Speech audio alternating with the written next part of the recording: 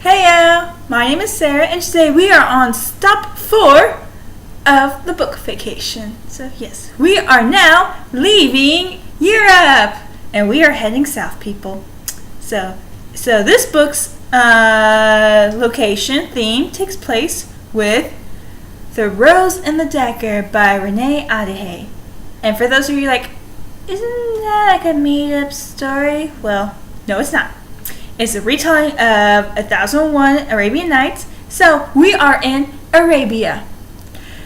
I would really, really want to visit there. It's amazing. So yeah, for those of you who don't know, this is a duology. The first one is The Wrath and the Dawn, and I did an earlier video on that. So non-spoilers right off the bat, I give this a 4 out of 5 stars. It takes place right after Scheherazade, who goes by Shazi, and Khalid are separated from each other after the fall of Ray, the city, and she is now with Tariq and the other people who are gathering an army against Khalid. So yeah, we basically take off right from there. Shazi, her nickname, which is easier to pronounce, begins to develop more of her magic. Then we also get to see more point of views from Irsa, who is her sister, a little bit of Tariq, and some of Khalid, as well as Shazi's father, Jahandar. I liked how that happened. Like, it expanded the book, even though we were basically in one spot most of the time. It kind of made you feel like you're in multiple different locations. So I like that. We get to meet a new character, and we get to meet some interesting things. I think at the very end there's like a reference to like another story in the Arabian Nights. I don't know. I have not read them. For the 4 out of 5 stars, it felt, for a big book, it was a fast journey. It felt a little anticlimactic at the end. I kind of expected like a huge battle, but it was solved very easily at the end. So I was like, and we were getting ready for this. So yeah, I did enjoy it though. It's a big book, but the story goes by so fast. You're like reading. Oh my god! I'm like, wait, no, I'm almost done. No, I was like that for a while, and so yeah, I enjoy it. It's a nice little read, and so yeah, for those of you who liked Wrath and the Dawn, hurry up and go pick up The Rose and the Dagger, people. And yay! I like how this one's like a full page picture. So yeah. Bye, non-spoilers. Spoilers. So, as I said, this takes place like a week after what happened to the city of Ray. I wanted more side story from Khalid, because like we open up with him helping these 2 kids fix up their house. One's name is Shiva. He's like very sad because he remembers Shiva. It's like, people don't know that the Caliph of Karzan is helping them rebuild their city in person. Like, we get that with him helping these kids fix their house, and then here he is helping a bunch of men help rebuild something, and like they know he's like from like a noble family because of his sandals. And the old man's like, just go get some water. We don't need you dying having your rich father come, get mad at us. And like Khalid's like, if only they knew who I was. I wanted more of this. I would have enjoyed like full book, like a full point of view of Khalid helping rebuild the city without the people knowing who he was. That would have been amazing. Shazi, she is in the camp in the desert with her family. And Tariq, who still does not believe that Khalid is a good guy. Dude, she does not love you. She sees you as a friend, maybe like a brother figure, but it is not. Ding, ding, ding, ding. No, it's not. So, I really cannot stand Tariq at all. Like, first of all, in the camp, he's like letting his uncle kind of run the show. He doesn't fully know what he wants, and he still is like in love with Shazi, even though she doesn't love him like that. It's like, there are other fish in the desert. You don't have to pine after a girl that you knew since your childhood. So, no. Yrsa, Shazi's sister, we really didn't get to see that much of her in like, the last book, like really not that much. And so we do get to see character development with her. Because she refers to herself as a mouse. Like, so quiet and timid and like afraid of things that she really doesn't want to speak out. She eventually finds her voice thanks to Rahim, Tariq's best friend, and her crush, because he basically encourages her to speak out and all that. And then when she meets Khalid, you can see the family resemblance when she scolds him, and like Khalid's like, I wouldn't expect less from the woman in Shazi's family. It's like, I really want that standalone book with Khalid. But Yrsa also becomes like a great herbalist to keep around because she gives her father, who's in a like knocked out coma wise, things to drink and stuff by mixing herbs together.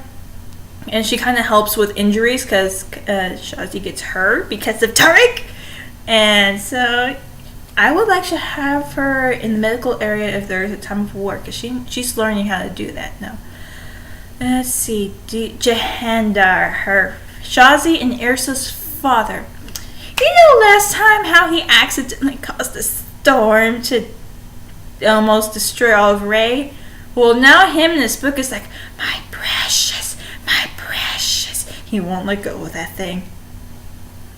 That is scary. Like, that book is almost like from Akhimov, the one that Feyre had to get, and it's like talking. It's basically talking to Jahandar, just like, don't let me go, don't let anyone else take me, without even speaking. And like, it's always burning, like heat-wise. Like, I'm like, throw a bucket of water there, you can see steam coming out. So Shazi, it mostly takes place with Shazi going to the fire temple to meet Musa, the fire priest that knew Khalid's mother. And he's like the one who gave her the carpet. And like, she is so flying on that thing, man. Can you give me a ride, Shazi? I would really want to ride a magic carpet instead of an airplane. Like, that's the way to travel. No airfare pricing or anything, and you can carry it anywhere you want to go. So yeah, she goes to the fire temple. She meets Musa, and then we get to introduction of a new character named Artan. That's I say Artan in my head. And apparently, the way how he described his family's abilities and how people would, if they knew who they were, they like be like their masters in a way, and they would have no choice but to follow their masters what's the demands, their orders, their commands. In the back of my head, I'm like thinking a retelling of 1001 Arabian Nights. Possibly he's a I think it's a jinn.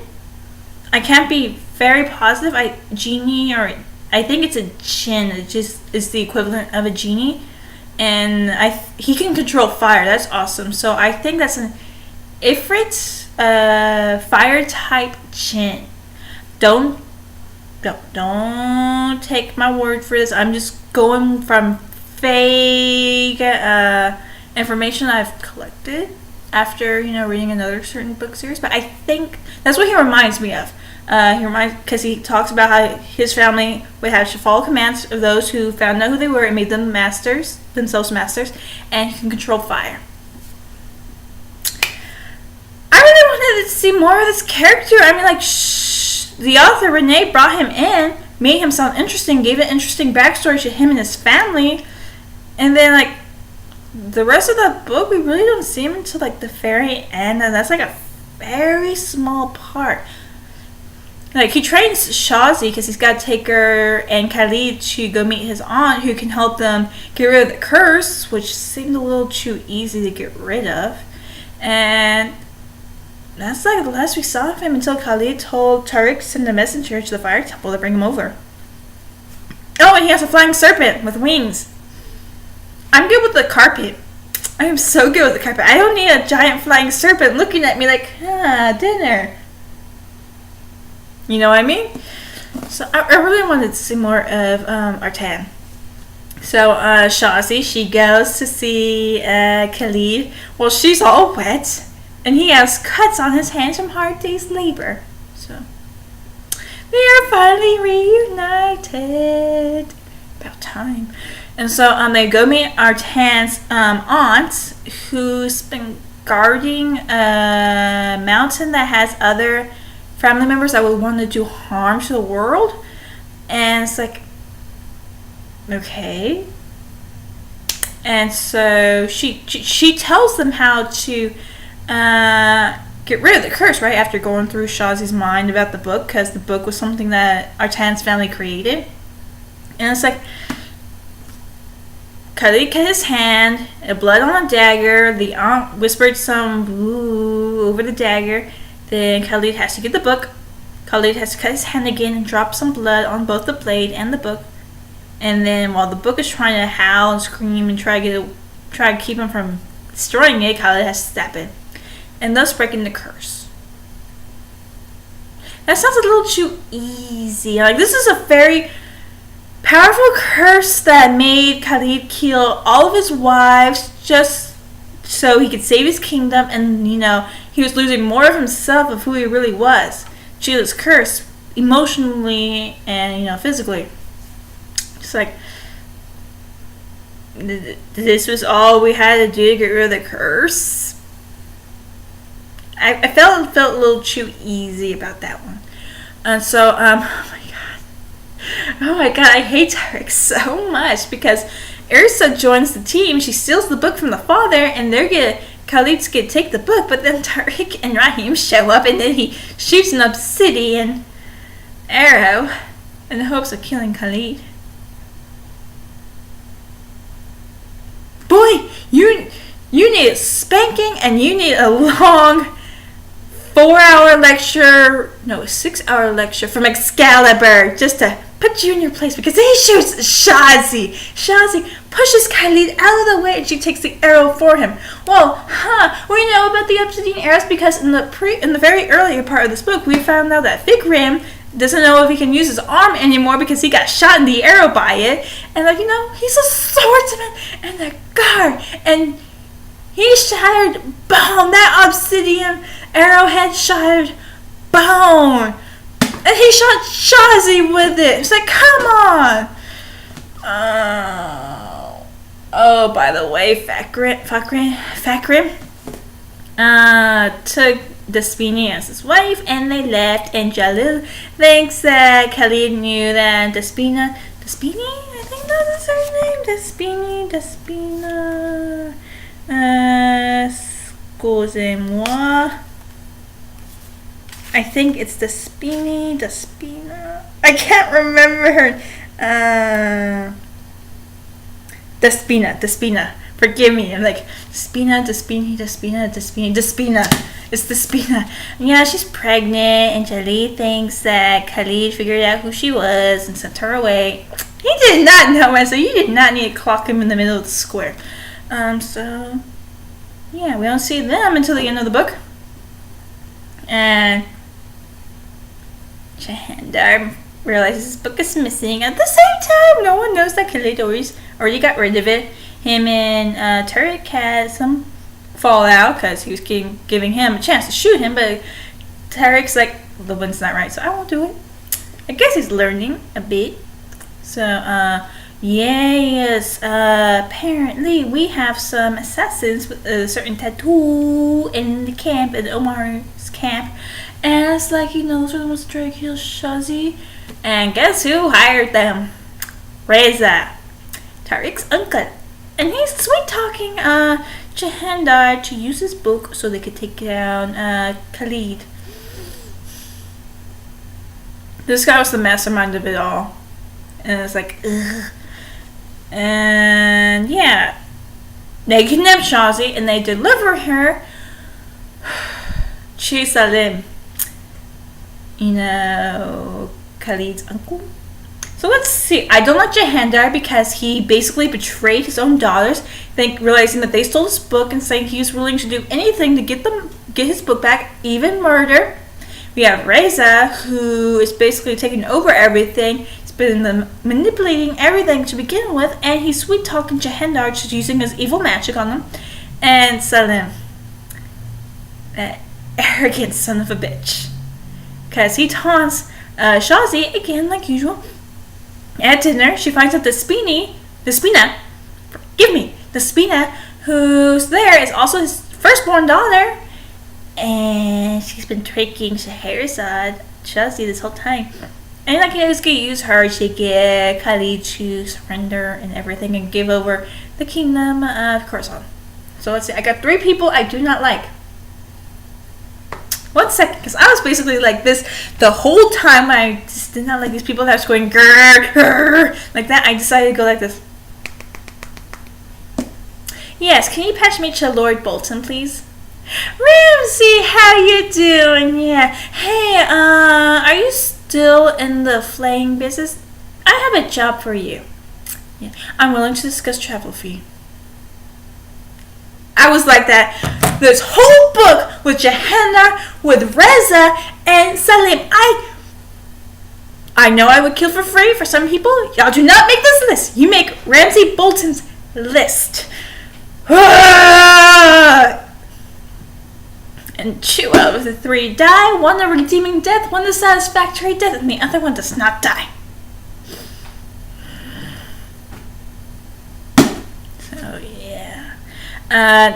Apparently Despina is the Sultan's daughter. She's been tricking Shazi. She tricked Vakram, and now Shazi is a prisoner. Or so you believe! Because I was ready to add her to the Ramsay Bolton kill list until I found out this was her whole plan all along. She actually does care for Shazi. She cares for those in Ray, and she does not actually, she knows she will never get her father's approval or anything in that way. So yeah, well, we're playing Escape the Palace with Shazi, Vakram, and Despina, along with Yasmin, her half-sister, because she's like, I don't want to see the 2 people I care about dying, and I don't want the city destroyed. Well, they're escaping. Khalid, Tariq, Rahim, Jalil's uncle, Omar, and his people, and Artan go to war against Salim. I really want my Disney ending right here, people, because Rahim dies protecting Khalid. It's like in Irsa and him were getting ready to move on to their next step of their relationship. But I was like, no, I want my Disney ending right here. I want everyone to survive. I want everyone to, live and have a happy ending. Like, oh, okay, I'm actually starting to tear up right now.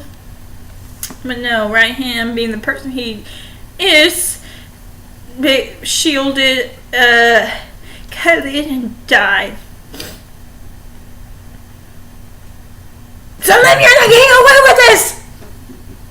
So yeah, Shazi shows up at the camp with her little group, and Yasmin offers up a particular plan. Well, this is where I found the battle anticlimactic, because Khalid leaves some archers during the day, shoots, and they retreat, and come back again, and keep coming again with a wider force, scaring the people who are guarding the city, and it's very psychological in a way. And of course, you got a flying serpent dropping oil and then fire.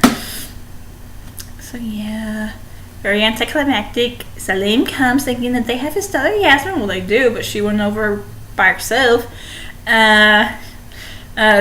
Reza's not around, but they announce Yasmin as the new sultan of the kingdom. Ha ha, Salim. No, you better die. I don't see how you die off the pages, but you better die. Speaking of death, Jahandar. He was the one that gets the redeeming death, because he stabs Khalid, and Khalid begins to die.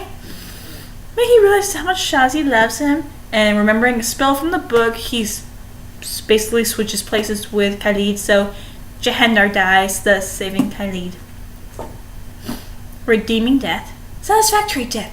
Reza. Because, those assassins that you paid for, well, they're paid even more to kill. And I love that the message that they give him, it's like at the very second to last chapter. Here we go. Okay. The messenger rode closer, his bloodied blade glittering against the night sky. I have a message from the son of Nasir al-Sayyid. He says the next time you send a mercenary to kill someone he loves, make sure she does not live to tell the tale. You got found out, Reza and your own nephew double paid them mercenaries, and they killed you. They killed your ass! Yes! Satisfactory death! Even though I would have enjoyed the flaying, I am satisfied. So, yeah. Redeeming death for Jahandar. I still think he needs to be flayed a bit for his betrayal. Satisfactory death for Reza. And another off-page death for Salim. So, yeah. We do get an epilogue. Jalil and Despina are together. I believe they have a daughter named Amira. Irsa is studying more to become like a great doctor, and her and Tariq continue to travel to the other country. I think it's called Parthia. At least thank God for the map. Yeah, it's called Parthia. Dang, it's small. And where Yasmin is the Sultan. So, Khalid is like talking to Shaz. He's like, you and your sister, y'all scare me with these matchmakers. And Shaz is like, well, it can't be helped if, every time Tariq goes to the country on his own dime, he goes to visit, Yasmin. And, yeah. And they have a son! Where I think it's a reference to, another story, because his name is Harun. I think that's his name. Harun. Harun, and she says, the tale is Harun and the magic carpet. So, I believe that's a reference to another story? Oh, yeah. That was The Rose and the Dagger from Renee Adihey, second book in the duology of The Wrath and the Dawn. I would like my standalone with Khalid helping his city. I want to know the off-page death of Salim, and it felt a little too wrapped up at the end with a nice little bow. And I would have wanted more battle. I would have wanted to see more of Artan, and I want my Disney ending. I want my Disney ending where everyone lives. But all in all, I liked it. I enjoyed it. It's a big book, but I read through it so fast. I was like, no, I don't want it to end just yet. And yeah, you really don't get to see many great tales retold in, say, different countries. And I really enjoyed it. It makes me really want to pick up the actual book for 1001 Arabian Nights and read it and see the comparison between this book and that book. So, yeah. My trip in Arabia, people. And I suggest you come visit because it is amazing. So, yeah.